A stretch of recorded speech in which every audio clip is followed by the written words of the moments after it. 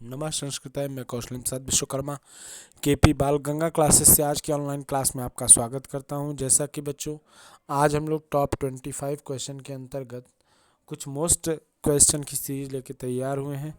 तो आइए, ज़्यादा समय न लेते हुए हम अपने इन बहुविकल्पीय क्वेश्चनों का उचित विकल्प का चयन करते हैं। आइए, पहला प्रश्न है, जैसा आप लोगों को दिखाई दे रहा होगा कि झरना काव्य ग्रंथ के रचयिता कौन है। झरना काव्य ग्रंथ के रचयिता कौन है। चार ऑप्शन दिया हुआ है: जयशंकर प्रसाद, सुमित्रानंदन पंत, सूर्यकांत त्रिपाठी निराला या महादेवी वर्मा। तो झरना नामक काव्य ग्रंथ के रचयिता कौन है? जयशंकर प्रसाद। कौन है? जयशंकर प्रसाद। ये उत्तर आपका सही हो जाएगा। दूसरा क्वेश्चन है, श्री कृष्ण गीतावली, विनय पत्रिका और कवितावली के रचयिता कौन है। तो श्री कृष्ण गीतावली, विनय पत्रिका और कवितावली के रचयिता तुलसीदास जी हैं। कौन है? तुलसीदास जी। अगला क्वेश्चन, द्वापर के रचयिता किसके? द्वापर नामक काव्य के रचयिता कौन है। तो द्वापर के रचयिता आप देख पा रहे होंगे, यहाँ पे चार ऑप्शन दिया है: महादेवी वर्मा, मैथिली शरण गुप्त, सुमित्रानंदन पंत या शाही वात्स्यायन अज्ञे, अर्थात सच्चिदानंद हीरानंद वात्स्यायन अज्ञे। तो इसमें दूसरा ऑप्शन मैथिली शरण गुप्त, मैथिली शरण गुप्त। द्वापर के रचयिता कौन है? द्वापर के रचयिता मैथिली शरण गुप्त जी हैं। ये आंसर सही हो जाएगा आपका। चौथे क्वेश्चन की तरफ बढ़ते हैं। कौन सी रचना भूषण की नहीं है। तो शिवा बावनी, छत्रसाल दशक, शिवराज भूषण या रामचंद्रिका। तो इनमें से कौन सी रचना नहीं है? तो रामचंद्रिका। रामचंद्रिका नामक रचना इनकी नहीं है। तो यहाँ पे रामचंद्रिका सही हो जाएगा। बाकी शिवा बावनी, छत्रसाल दशक और शिवराज भूषण, ये सभी कुछ रचनाएं महाकवि भूषण जी की हैं। अगले ग्रंथ की बात करें तो अगला ग्रंथ से संबंधित क्वेश्चन पूछा है कि सुमित्रानंदन पंत की रचना कौन सी नहीं है। युगाधार, युगांत, लोकायतन या वीणा। तो इसमें से सही ऑप्शन है युगांतर। युगांतर रचना सुमित्रानंदन पंत की नहीं है। युगांतर ये जो रचना है, ये सुमित्रानंदन पंत की रचना नहीं है। बाकी युगांत, लोकायतन और वीणा, ये सारी रचनाएं सुमित्रानंदन पंत जी की हैं। अगले क्वेश्चन की तरफ बढ़ते हैं। अगला क्वेश्चन है हमारा, अज्ञेय की रचना कौन सी नहीं है। हरी घास पर क्षण भर सुनहले, हरी घास पर क्षण भर। दूसरी रचना है सुनहले शैवाल। तीसरा ऑप्शन है आंगन के पार और चौथा ऑप्शन है दूध बतासी। तो इसमें दूध बतासी, ये जो ऑप्शन आपको दिख रहा होगा, दूध बतासी चौथा ऑप्शन, ये रचना जो है, ये रचना इनकी नहीं है। किनकी? अज्ञेय जी की। तो अज्ञेय जी के निम्नलिखित में से कौन सी रचना नहीं है? तो दूध और बतासी। दूध और बतासी रचना इनकी नहीं है। बाकी जितनी भी रचनाएं दी हैं, चाहे वो आंगन के पार द्वार हो, चाहे हरी घास पर क्षण भर अथवा सुनहरे शैवाल, जितनी भी प्राकृतिक रचनाएं हैं, सारी की सारी रचनाएं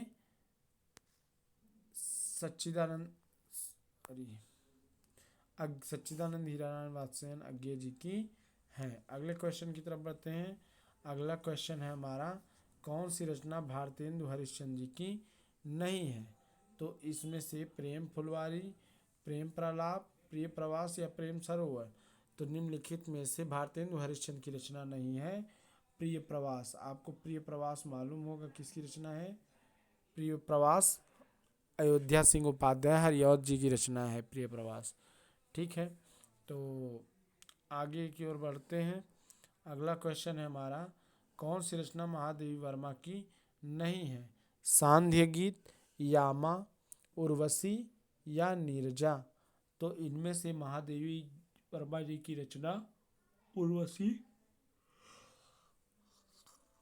उर्वशी रचना महादेवी वर्मा जी की नहीं है। आगे बढ़ते हैं। अगला क्वेश्चन है हमारा, कौन सी रचना सूरदास जी की नहीं है। सूर सागर, शबद, सूर सारावली या साहित्य लहरी। तो इसमें शबद नामक रचना, शबद जो रचना है, ये सूरदास जी की नहीं है। बाकी सूरसागर, सूरसारावली और साहित्य लहरी ये सारी रचनाएं सूरदास जी की हैं। शबद रचना कबीरदास जी की मानी जाती है। आपको मालूम होगा साखी, शबद, रामायणी ये तीनों रचनाएं तुलसीदास जी की हैं। तो अगले क्वेश्चन की तरफ बढ़ते हैं। अगला क्वेश्चन है हमारा, कौन सी रचना मैथिली शरण गुप्त की नहीं है? पहला है यशोधरा, दूसरा है पंचवटी, तीसरा है रसकलश और चौथा है भारत भारती। तो इसमें सही आंसर क्या हो जाएगा? मैथिली शरण गुप्त जी की कौन सी रचना नहीं है? रसकलश। रसकलश मैथिली शरण गुप्त जी की रचना नहीं है। बाकी यशोधरा, पंचवटी और भारत भारती ये तीनों ही रचनाएं मैथिली शरण गुप्त जी की रचनाएं मानी जाती हैं। अगले क्वेश्चन की तरफ बढ़ते हैं। अगला क्वेश्चन है हमारा, धर्मवीर भारती ने लिखा है, अर्थात धर्मवीर भारती का ग्रंथ कौन सा है? अणिमा है, अपरा है, अंधा युग है या अर्चना? तो इन चारों में से अंधा युग ये रचना धर्मवीर भारती जी की लिखी हुई है। ठीक है, अंधा युग धर्मवीर भारती जी द्वारा लिखित है। बाकी अणिमा, अपरा और अर्चना ये किसी दूसरे लेखक की रचनाएं हैं। अगले क्वेश्चन की तरफ बढ़ते हैं। अगला क्वेश्चन है हमारा, सुमित्रानंदन पंत की रचना नहीं है। तो सुमित्रानंदन पंत की रचना इनमें से कौन सी नहीं है? पहला ऑप्शन है परिमल, दूसरा है पल्लव, तीसरा है रश्मिबंध और चौथा है स्वर्णधूलि। तो इसमें से पहली रचना अर्थात परिमल नाम की रचना सुमित्रानंदन पंत की नहीं है। बाकी सारी रचनाएं, चाहे वो पल्लव हो, चाहे वो रश्मिबंध हो, चाहे स्वर्णधूलि हो, ये सारी की सारी रचनाएं सुमित्रानंदन पंत की है। केवल परिमल रचना सुमित्रानंदन पंत की नहीं है। बाकी पल्लव, रश्मिबंध और स्वर्णधूलि ये तीनों रचनाएं सुमित्रानंदन पंत की मानी जाती हैं। अगले क्वेश्चन की तरफ बढ़ते हैं। अगला क्वेश्चन है हमारा, बहुत रात गए किस कवि का संकलन है? नरेंद्र शर्मा जी का है कि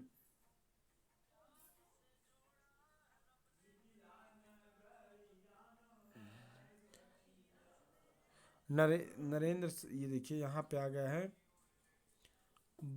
बहुत रात गए, इधर आ गया है क्वेश्चन, बहुत रात गए किस कवि का संकलन है?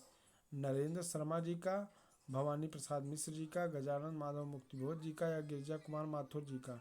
तो इसमें से सही ऑप्शन है नरेंद्र शर्मा जी का। नरेंद्र शर्मा जी का ये जो ऑप्शन है, ये ऑप्शन सही हो जाएगा। बहुत रात गए नरेंद्र शर्मा कवि का संकलन है। अगले क्वेश्चन की तरफ बढ़ते हैं।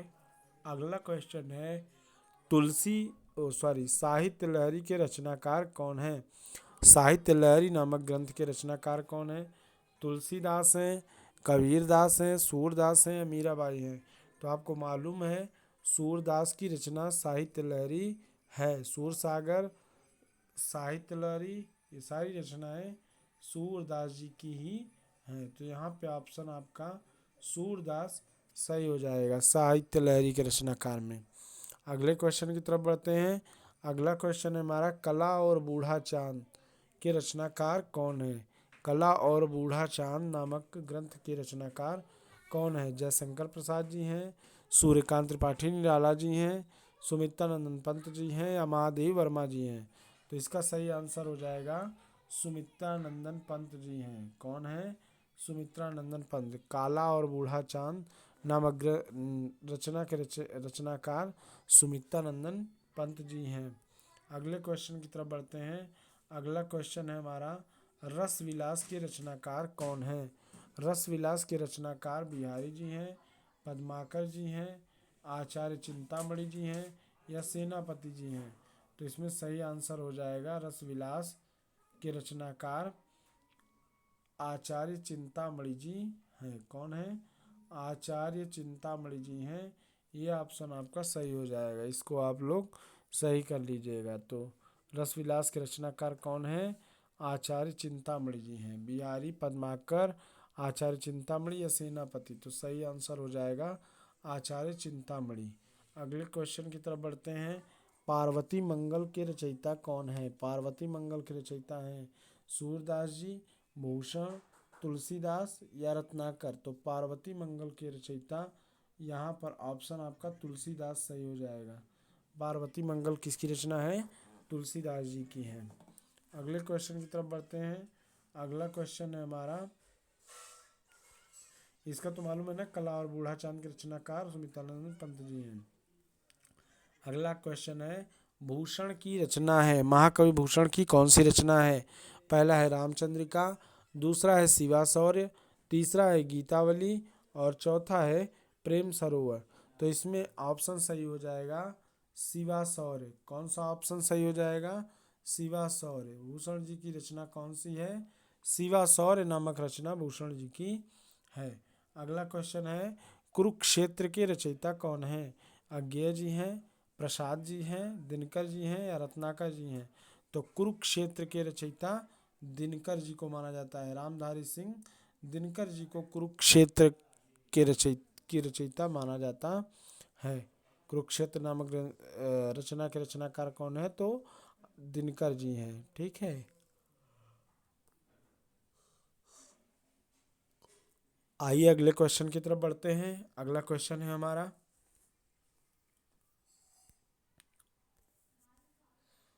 मैथिली शरण गुप्त की रचना कौन सी है? या मैथिली शरण गुप्त की रचना इनमें से कौन सी है?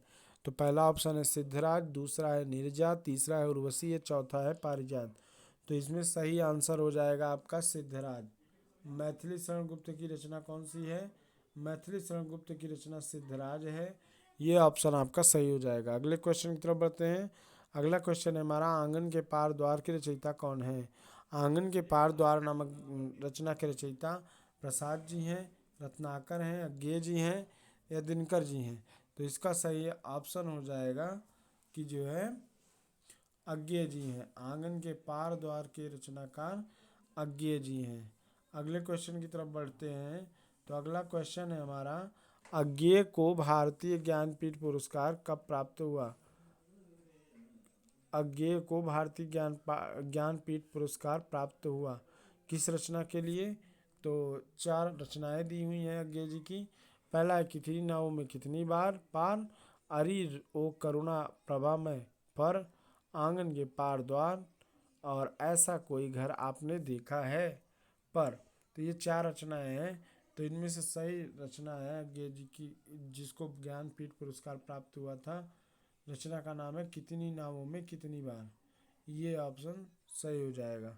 अगला क्वेश्चन है, सुमित्रानंद पंत को ज्ञानपीठ पुरस्कार उनकी रचना पर मिला था। तो सुमित्रानंद पंत को ज्ञानपीठ पुरस्कार उनकी किस रचना पर मिला था? तो ऑप्शन है लोकायतन, दूसरा है युगांत, तीसरा है कला और बूढ़ा चांद, चौथा है चिदम्बरा। तो सुमित्रानंद पंत जी को ज्ञानपीठ पुरस्कार की रचना ज्ञानपीठ पुरस्कार चिदम्बरा रचना के लिए की मिला था।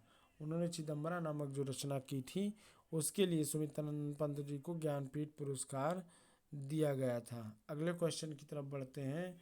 तो अगला क्वेश्चन है हमारा, भारत भारती के कवि कौन हैं? भारत भारती नामक ग्रंथ की कवि कौन है? काव्य के कवि कौन है? तो ऑप्शन है रामधारी सिंह दिनकर, दूसरा है मैथिली शरण गुप्त, तीसरा है जयशंकर प्रसाद और चौथा है महादेवी वर्मा। तो इसमें सही ऑप्शन हो जाएगा मैथिली शरण गुप्त। मैथिली शरण गुप्त जो ऑप्शन है ये इसका आंसर सही हो जाएगा। अगले क्वेश्चन की तरफ बढ़ते हैं। महाकवि भूषण की वीर रस प्रधान रचना कौन सी है? चिदम्बरा, दीपशिखा, शिवा बावनी या कीर्तिलता?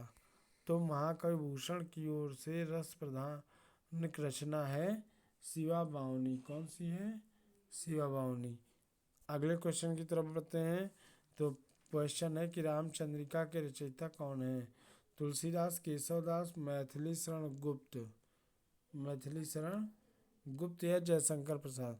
तो रामचंद्रिका के रचयिता केशवदास जी हैं। कौन है? केशवदास जी हैं। तो आज की वीडियो यहीं पर समाप्त होती है। आशा करता हूँ कि आज की क्लास में कराया गया हिंदी साहित्य का इतिहास से रिलेटेड बहुविकल्पी क्वेश्चन आपको अच्छे समझ में आया हो और आप इसे नोट करने का प्रयास करें। या जो भी इस समय आप लोगों को वीडियो उपलब्ध कराया जा रहा है हर कंपटीशन की दृष्टि से, खासकर सामान्य हिंदी जहाँ जहाँ पूछा जाएगा सभी के लिए बड़ा ही महत्वपूर्ण और इम्पोर्टेंट है। इसलिए सभी मन लगा के इन क्वेश्चनों का अभ्यास करें और लिख कर अभ्यास करने का प्रयास करें। इसी के साथ आज की क्लास यहीं पे समाप्त होती है। नमः संस्कृताय, शुभम संस्कृतम।